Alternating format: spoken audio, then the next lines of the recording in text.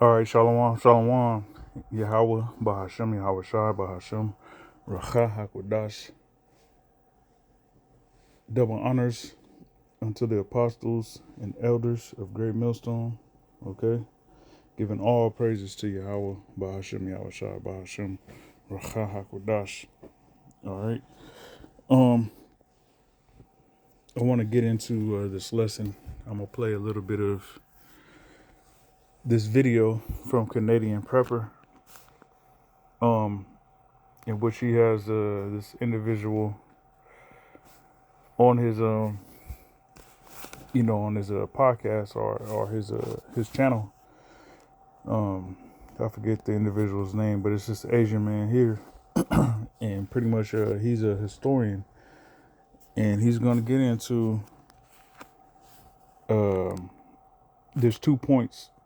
He's going to get into how America is going to pretty much overextend itself, trying to be the police of the world, and that's going to be detrimental, all right, to the American empire. And the second point is they're going to talk about, microchips, all right, having them implanted in the human body, all right. So all these nations know, all these people, the heathen know, the ones, that are somewhat educated and not just, meat puppets. They know that there's going to come a time in which the elites want to microchip everybody. All right. Now, whether they understand that that's the MOTB, the mark of the beast, described in Revelation 13, is not ain't sure if they understand that, but a lot of the heathen ain't with that. All right, ain't with being microchipped. So uh, let me play this first part of this video. It's a couple minutes. Just listen, and then I'm gonna grab a precept or two and edify. All right. Greater Israel Project, which they believe is biblical prophecy, they need to destroy Iran, and they can't All do right. themselves. So he said the Greater Israel Project, dealing with those Israelis, all right, in the land of Israel, all right, which they're from the tribe of Amalek, from the nation of Esau, Edom. All right, they're Edomites, so-called Caucasians, that stem from the tribe of Amalek, which is Esau's grandson. And they claim to be they claim to be Jews or Jewish. All right. So their Greater Israel Project consists of pretty much them taking over, the immediate lands that surround Israel, which they claim that it's biblical, which is not. All right, it's going to be biblical when it pertains to the true Israelites getting back in that land. All right, so all the actions and the mustering up of these armies that you see around the world is biblical prophecy, to gather them, so they can pretty much destroy each other, and then ultimately those armies will be destroyed by Yahweh Shai and the angels. All right, so let's continue. The Americans go after Iran. So from an Israeli perspective, the problem is Trump. From an Iranian perspective, you know that ultimately your enemy is not Israel. Your ultimate enemy is the American empire. All right, so he said from the Iranian perspective, they know that their ultimate enemy is not the Israelis. They know that their ultimate enemy is Babylon the Great. All right, the Iranians. Now that's why they refer to America as Big Satan and Israel as Little Satan, because they understand that America backs and funds, they send billions of dollars to Israel yearly, weapons and what have you. So they understand that they're not fighting solely the Israelis. They understand that they're fighting America. So it does you absolutely no good to stage a war against America right now, because America will not surrender, and America can keep on reinforcing its forces until it destroys Iran. So what Iran needs to do is coordinate with Russia so that perhaps when Russia is ready to go against Odessa and NATO is all balanced, the American empire is forced to reinforce Odessa. Let's just say that America is now also fighting wars in Venezuela, in Cuba, in Nicaragua. Now it's your time to strike because the American empire is off balance. So it's really a question of timing, right? You know you're going to go. All right. So as you heard him say, from the perspective of the Iranians, the perfect time for them to strike the Israelis, all right, which they could be successful in doing so if they don't have to worry about fighting America. You know, if America is dragged into war with Venezuela here on the Western Hemisphere, you know, that opens up opportunity for the Iranians to do what they have to do against the Israelis without American intervention or American assistance with the Israelis. Okay, now these is all, you know, his opinion, his analysis of the situation, and however the Most High plays it out is how it's going to play out. But it's a interesting perspective, nonetheless. All right, let's continue. War against America eventually because America needs to control the Strait of Hormuz. It wants the oil reserves of Iran. By destroying Iran, it screws over both China and Russia. So eventually, you know America's going to come, but you want to come in a way that America is most vulnerable when it's off balance so that you can strike that killer punch. So you think that Iran is going to go on the initiative? I think so. I think if they close off the Strait of Hormuz, it will compel an American invasion. That is Iran's trump card. So it seems like we could see a coordination then. You're saying, if correct me if I'm wrong, Venezuela, they take the bait, the Americans take the bait in Venezuela, and this could be what Russia and Iran are hoping for, that they go for them to kind of take attention away. Exactly. And then Russia makes a move, and then concurrently you have the Iranians make a move. That's right. So the game is this: if America strikes Venezuela, it's now pot committed. It's going to be mission creep. So they strike Venezuela. They send in Marines. They occupy some territory. The Venezuelans start to engage in guerrilla warfare. All right. So these nations is drawing America out to war, man. All right. Now, for so long, America has been, the bully on the block. All right, the bully at the playground, and they don't understand that, the world is these nations are pretty much plotting against America. All right, the national security strategy that Trump just released this week, has these clearly, illustrates or not illustrates, it depicts or lists, the nations they consider to be enemies. All right, so even the EU nations, the NATO nations are listed as enemies to America.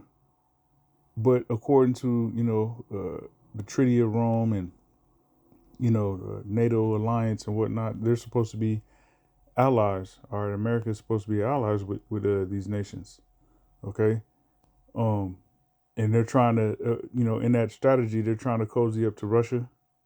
They don't list Russia as an enemy.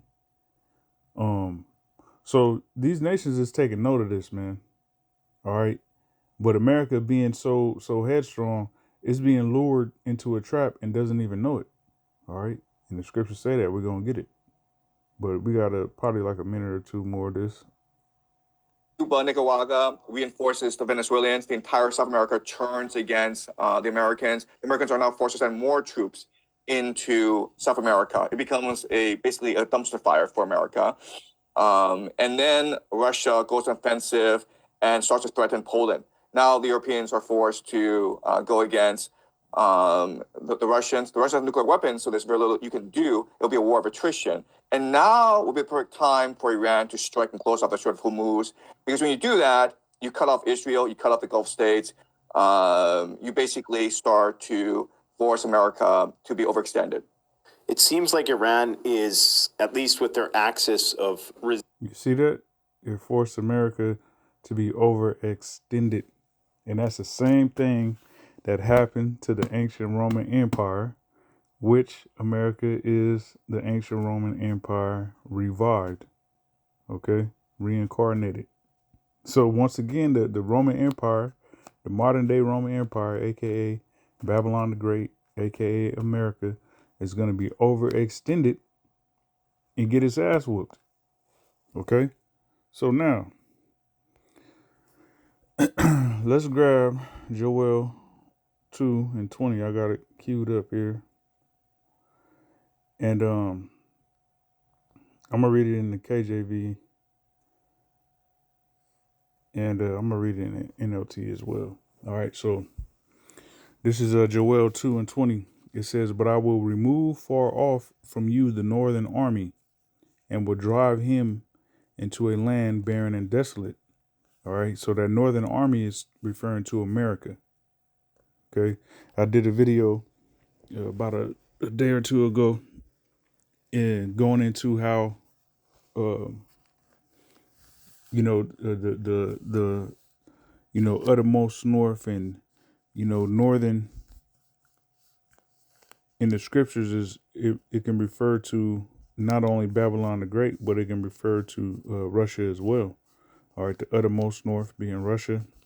Okay, but America is on the European nations. All right, Russia, America, Canada, it's all considered to be northern. All right, the same somewhat of the same latitude. Okay, in comparison to a country in the southern part of the hemisphere or latitude, So once again, it says, "But I will remove far off from you the northern army, which is America, Babylon the Great, and will drive him into a land barren and desolate." So that land that's barren and desolate is referring to Saudi Arabia, okay, which is pretty much just a big ass desert in between, Africa and the east, okay. It's like a junction, a midway point, so to say. It says, "With his face toward the east sea, and his hinder part toward the utmost sea." So the East Sea is referring to the Red Sea, and the utmost sea is referring to the Persian Gulf. Okay, so that's how you know that it's referring to Saudi Arabia. Okay, the East Sea. All right, because when you look at Saudi Arabia, east, you would find the Red Sea, east of Saudi Arabia, and the utmost sea referring to that Persian Gulf. All right, let me look up this word utmost real quick. Utmost from the Hebrew acharawan, if I'm pronouncing that correctly. Acharawan, yep. It says behind, following, subsequent, western. Okay, west. All right, behind, hindermost. Because look, it said with his face toward the East Sea. So it's giving you a direction. If you was literally standing in Saudi Arabia and you faced east, all right, you had your face facing the east, the sea that would be east would be the Red Sea. So that means your back behind you would be the Persian Gulf. Okay, so behind, following, subsequent, western, all right, which would be west. The complete opposite of the east is the west. Behind, hithermost, western of location. Okay, latter, subsequent, latter, last of time. All right, so it says, and his stink shall come up, and his ill savor shall come up, because he hath done great things. Now, referring to all these armies being destroyed, in particular Babylon the Great, those soldiers that go over to Saudi Arabia during World War III is going to die there. All right, the nations is going to duke it out, and then Yahweh Shai and the angels is going to, finish them off. With the Wapo Zappo. All right, with the the laser fire. All right, from the chariots. So I'm gonna read this in the NLT. It says, "I will drive away these armies from the north. All right, I will send them into the parched wastelands. Those in front will be driven into the Dead Sea, and those at the rear into the sea." When you read it in the NLT, Esau, they don't got it. All right. Yeah, it's better in the KJV. All right. In the NLT, Esau just be a lot of times just be making stuff up. So my next precept, this is Joel chapter 3, verse 1. It says, "For behold, in those days and in that time, when I shall bring again the captivity of Judah and Jerusalem, I will also gather all nations and will bring them down into the valley of Jehoshaphat." Okay, so the Heavenly Father is going to grab all these nations and bring them to the valley of Jehoshaphat, which Jehoshaphat in the Hebrew, Yahweh Shaphat, is talking about the Most High's judgment, Yahweh's judgment, which that judgment once again will be in Saudi Arabia. All right, that land barren and desolate, where all the nations' armies is going to muster, to fight it out, to destroy each other, and then ultimately be destroyed by Yahweh Shai and the angels. Okay, it says, "And will plead with them there for my people and for my heritage Israel." All right, you so-called Negroes, Latinos, and Native American Indians, that's who the Heavenly Father, all right, the elect of the nation of Israel, is who the Heavenly Father is gonna judge these nations on our behalf, Avarasazah, okay, whom they have scattered among the nations and parted my land. So we got booted out of our own land, ultimately in 70 AD, all right, by the hands of the Romans, Titus, Domitian, so on and so forth. You had a diaspora where we, literally were scattered amongst all these nations. Okay, these nations scattered us, and to this day we are still scattered. And now you have Esau and the heathens in our land, claiming to be us. Okay. So that's that on that. Now, getting back to this, let me fast forward this a little bit. 118, because they're gonna talk about the chip. All right. So all these nations know about the microchip. These are things that I think will be probably corrected, but I guess at some point, what you're probably going to see. Yeah, it's a very. There's so many unknowns. Yeah, so there's a solution to this problem, which is if AI is able to leap into the real world. Right. So that's what I was going to say. That to have sensors like through robotics, like Tesla takes in information through its cars it would need some interface with the real world. Listen That's to right. this. So, I mean, the big thing is microchips inside your body. If they're able to do that, if they're able to have microchips inside your body and they're able to create a digital ID and digital currency system, that may solve a problem of data. Right. But like, you want to live in a world where, Because they're talking about AI, they're talking about these data centers and whatnot. And they were saying that it's predicted that in the future, AI, because they're talking about whether AI will truly become sentient. Okay. Which, let me see. All right, so sentient. It says capable of feeling, having the power of, or characterized by the exercise of sense. Okay, feeling, to feel, sentient.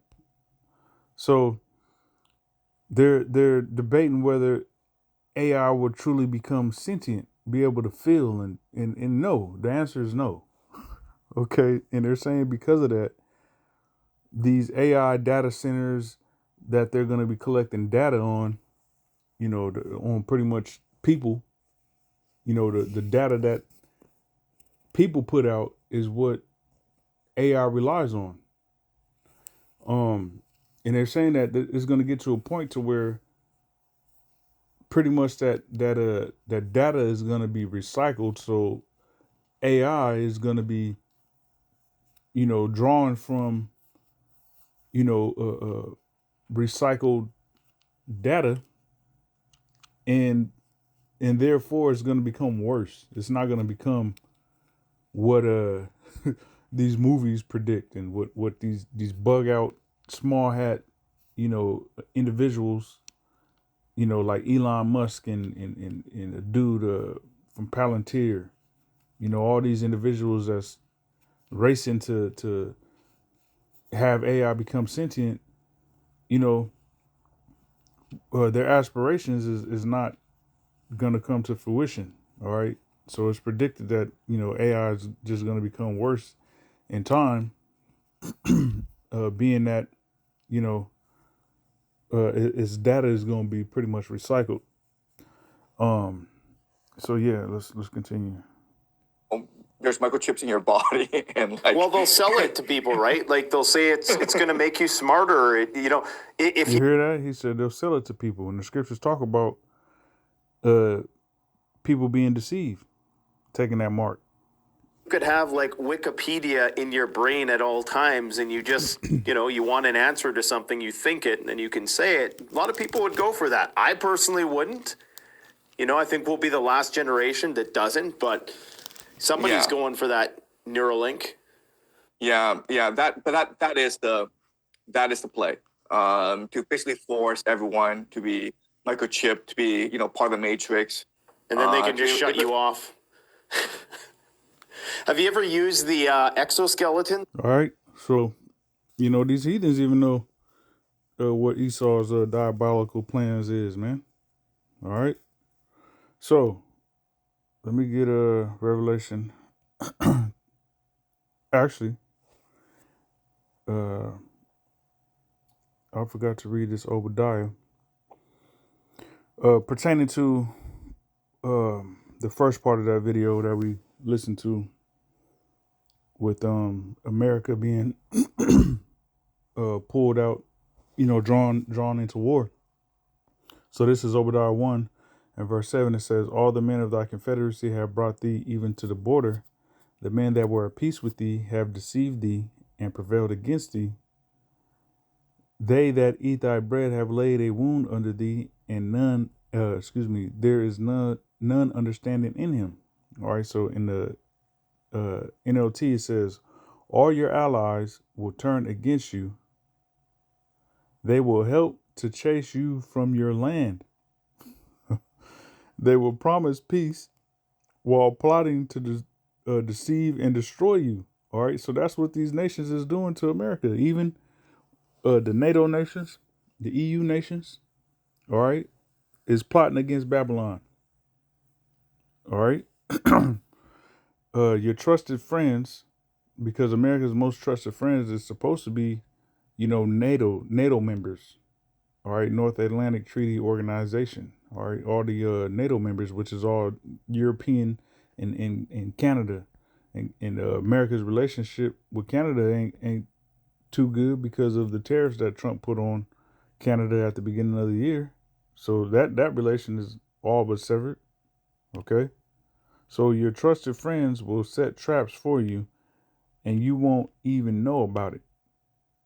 All right, because everybody has hated America for so long, but now even its friends, is going to plot against Babylon, man, and we see it shaping and taking place currently. All right, so jumping to Revelation 13 in 16, just to prove the point, which brothers know the scripture, Revelation 13:16, and he causeth all, both small and great, rich and poor, free and bond, to receive a mark in their right hand or in their foreheads, and that no man might buy or sell save he that had the mark or the name of the beast or the number of his name. Here is wisdom. Let him that hath understanding count the number of the beast, for it is the number of a man, and his number is 666. All right, 666. So if you don't, worship the image of the beast, receive that mark, you won't be able to do anything in society. All right. And we see that's the trajectory that America is taking. All right. Jumping to Revelation 14 and verse 9. It says, and the third angel followed him, saying with a loud voice, if any man worship the beast and his image, and receive his mark in his forehead or in his hand, the same shall drink of the wine of the wrath of the Most High, which is poured out without mixture into the cup of his indignation. And he shall be tormented with fire and brimstone in the presence of the holy angels and in the presence of the Lamb. All right. So if you take that MOTB, you're going to be destroyed in thermonuclear fire. Okay. So that's why it's important to know what the actual mark of the beast is, man. All right. Now, these nations know about a microchip and whatnot, which there ain't no salvation for these heathens anyways. Okay. But they, a lot of heathens know that the MOTB is that microchip. A lot of them know about the microchip, but don't equate it to being the mark of the beast. But as an Israelite, it's important to know that the microchip is the mark of the beast. Because if you are Israelite and you take that, all right, and you're here in America in particular, you're going to be destroyed, man. All right, you're going to be destroyed. So, that pretty much concludes this lesson. Pray it was edifying. Till next time I say shalom.